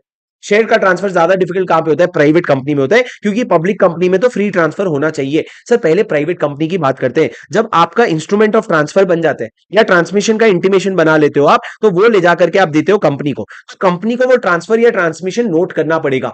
अगर कंपनी ट्रांसफर या ट्रांसमिशन नोट नहीं कर रही है तो उसको आपको नोटिस ऑफ रेफ्यूजल देना पड़ेगा। अब सर नोटिस ऑफ रेफ्यूजल दे या ना दे, अगर अग्रीव्ड हो ना तो आप जाकर के आगे ट्राइब्यूनल के पास केस फाइल कर सकते हो और ट्राइब्यूनल नेसेसरी ऑर्डर पास करेगा। सर यहां पे सारा टाइम लिमिट का खेल है। खेल सुनो, प्राइवेट कंपनी की बात करते हैं। अगर प्राइवेट कंपनी मना कर रहा है ना तो with in 30 days of delivery उसको क्या करना पड़ेगा? नोटिस ऑफ रेफ्यूजल देना पड़ेगा। और रीजंस फॉर रेफ्यूजल, मतलब मैं एक प्राइवेट कंपनी है रिलायंस जियो, उसमें मैंने बोला मेरा शेयर्स जो है रजनीकांत को बेच दे, उसने बोला नहीं बेचूंगा, तो मैंने बोला 30 नहीं नहीं रिकॉर्ड करूंगा, तो मैंने बोला नोटिस ऑफ रेफ्यूजल तो दे 30 दिन के अंदर। अब सर जब नोटिस ऑफ रेफ्यूजल अगर आ गया तो 30 दिन के अंदर मैं क्या करूंगा? मैं केस फाइल कर सकता हूं। पर अगर नोटिस ऑफ रेफ्यूजल नहीं आया तो जिस दिन मैंने कंपनी को इंटीमेट किया था ना उसके 60 डेज के अंदर मैं क्या करूंगा? मैं जाकर के ट्राइब्यूनल के पास अपील फाइल कर सकता हूं। पर सर पब्लिक कंपनी के केस में शेयर्स तो फ्रीली ट्रांसफरेबल होते हैं।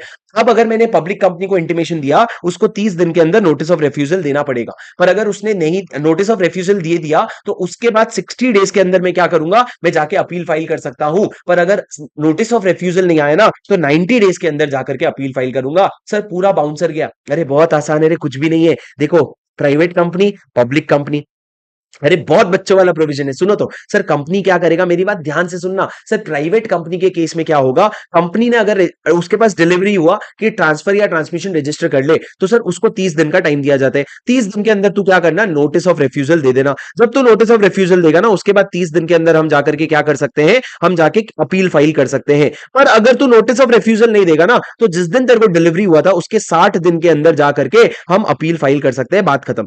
ये हो गया सर प्राइवेट कंपनी के केस में। पर पब्लिक कंपनी के केस में तेरे को 30 दिन के अंदर नोटिस ऑफ रेफ्यूजल देना पड़ेगा। तो जैसे ही नोटिस ऑफ रेफ्यूजल देगा उसके बाद 60 दिन के अंदर जाकर के हम अपील फाइल कर सकते हैं। और उसके बाद अगर नोटिस ऑफ रेफ्यूजल आया ही नहीं तो सर शुरू से लेकर के 90 डेज के अंदर हम अपील फाइल कर सकते हैं। ये शुरू क्या है सर, ये डेट ऑफ डिलीवरी है, कंपनी को डिलीवर हुआ था वो इंस्ट्रूमेंट ऑफ ट्रांसफर या इंटीमेशन, ये बेसिक प्रोविजन हो गया। सर अब जब अपील फाइल करेंगे तो ट्राइब्यूनल क्या आचार डालेगा, ट्राइब्यूनल क्या ऑर्डर देगा सर जब अपील फाइल करेंगे? सर या तो ट्राइब्यूनल आपके केस को डिसमिस कर देगा, डिसमिस मतलब हकार देगा, बोलेगा चलना क्या बच्चों जैसी बातें कर रहा, छोड़ना, रजिस्ट्रेशन नहीं होगा, भूल जा अभी तू कैटरीना को, अभी ये सब देने की जरूरत नहीं है, कुछ नहीं मिलेगा तेरे को, ऐसा बोल सकता है ट्राइब्यूनल। या तो आपके अपील को डिसमिस कर सकता है या फिर वो क्या करेगा, ऑर्डर पास करेगा। सर क्या ऑर्डर पास करेगा? सबसे पहला, अगर तुम नाम रजिस्टर नहीं कर रहे हो तो वो ऑर्डर करेगा कि भाई नाम रजिस्टर कर, ट्रांसफर रजिस्टर कैसे नहीं कर रहे हैं, रजिस्टर कर। और जब ऐसा ऑर्डर पास होगा ना तो आपको 10 दिन के अंदर क्या करना पड़ेगा, रजिस्टर करके लेना पड़ेगा। मतलब अगर ट्राइब्यूनल ने ऑर्डर दिया कंपनी को, ओए ट्रांसफर रजिस्टर कर, तो वो 10 दिन के अंदर चुपचाप रजिस्टर करके लेगा। दूसरा ऑर्डर ये भी पास हो सकता है सर, कभी कभी ना रेक्टिफिकेशन ऑफ नेम करना पड़ जाता है, रजिस्टर ऑफ मेंबर में किसी का नाम गलत होता है, तो वो नाम गलत होने की वजह से रेक्टिफिकेशन का भी ऑर्डर पास कर सकता है। और वो नाम गलत होने की वजह से किसी का अगर लॉस हुआ है ना तो उसको कॉम्पनसेट भी करना पड़ सकता है, ऐसा ऑर्डर भी ट्राइब्यूनल दे सकता है। सर ये दोनों पॉइंट याद कर लो, बार बार आता है। लॉ ने क्या कहा, लॉ ने ये कहा कि ट्राइब्यूनल जो है ना या तो वो डिसमिस कर देगा या फिर ऑर्डर करेगा कि रजिस्टर करो ट्रांसफर, तो 10 दिन के अंदर करना, या फिर वो रेक्टिफिकेशन करने बोलेगा और डैमेजेस भी पे करने बोलेगा जिसको नुकसान हुआ है। अगर सर आपने ट्राइब्यूनल की बात नहीं मानी ना तो 1 साल से 3 साल तक का जेल एंड फाइन 1 लाख रुपए से 5 लाख रुपए तक का लगेगा, 1 लाख से 5 लाख का फाइन लगेगा। सर लास्ट में rectification of register of member है, सुनो क्या हुआ। अगर आपको ऐसा लगता है इफ सफिशिएंट कॉज, किसी इंसान का नाम गलती से रजिस्टर ऑफ मेंबर में आ गया या रजिस्टर ऑफ मेंबर से छूट गया है या फिर उसका नाम डालने में अननेसेसरी डिले हो रहा है, सर ये आपका रोम रोम है रजिस्टर ऑफ मेंबर, उसमें गलती से किसी का नाम आ गया, गलती से किसी का नाम छूट गया या फिर आप नाम डालने में अननेसेसरी डिले कर रहे हो, तो सर एप्लीकेशन जाएगा ट्राइब्यूनल को या फिर कॉम्पिटेंट कोर्ट को। और सर ट्राइब्यूनल क्या ऑर्डर पास करेगा, वही दो ऑर्डर जो हमने अभी पढ़ा, या तो रजिस्टर करने बोलेगा 10 दिन के अंदर कर लेना, या रेक्टिफिकेशन करने बोलेगा डैमेजेस भर करके। अब सर ये दो पॉइंट ही बस आपको याद करना है, उसके अलावा बाकी सब चीजें छोड़ दो, कोई इंपॉर्टेंट नहीं है। कल सर हमारी सबसे इंपॉर्टेंट क्लास होने वाली है शेयर कैपिटल इन डिबेंचर का, सेक्शन 61 से लेकर के 72 तक पढ़ेंगे, अलग ही मजा आ जाएगा तुमको। तो दोस्तों कल की क्लास में जरूर जरूर आना है, मेरे कल के रैपिड रिवीजन में जरूर जरूर आना। और दोस्तों दिमाग लेकर के आना, एकदम मन शांत करके, एकदम फ्रेश माइंड से आना, भले उसके पहले 10 मिनट मेडिटेशन करके आना, पर बहुत खतरनाक डिटेल में पढ़ने वाले हैं। और जो क्लास के स्टूडेंट्स हैं तुम लोग साइड में अपना क्लास का नोट्स लेके आना, क्योंकि बहुत सारे प्रोविजन मैं आपको क्लास के नोट से ही रिवाइज करवाऊंगा ताकि आपको इजीली रिकॉल हो जाए। चलो दोस्तों that's it, I hope you enjoyed the session. अगर जरूर पसंद आए तो प्लीज इस वीडियो को थोड़ा सा प्यार देना, वीडियो को लाइक जरूर कर देना और प्लीज अपने दोस्तों के साथ शेयर कर देना ताकि हमको आपकी मदद लगेगी, आपकी आपकी अपनी रीच बढ़ाने में हमको मदद लगेगी। तो दोस्तों अगर आपको ये मेहनत पसंद आई, अगर आपको ये रिवीजन पसंद आया तो दोस्तों अपने दोस्तों तक जरूर पहुंचा देना। कल शाम को इसी टाइम पे मिलते हैं।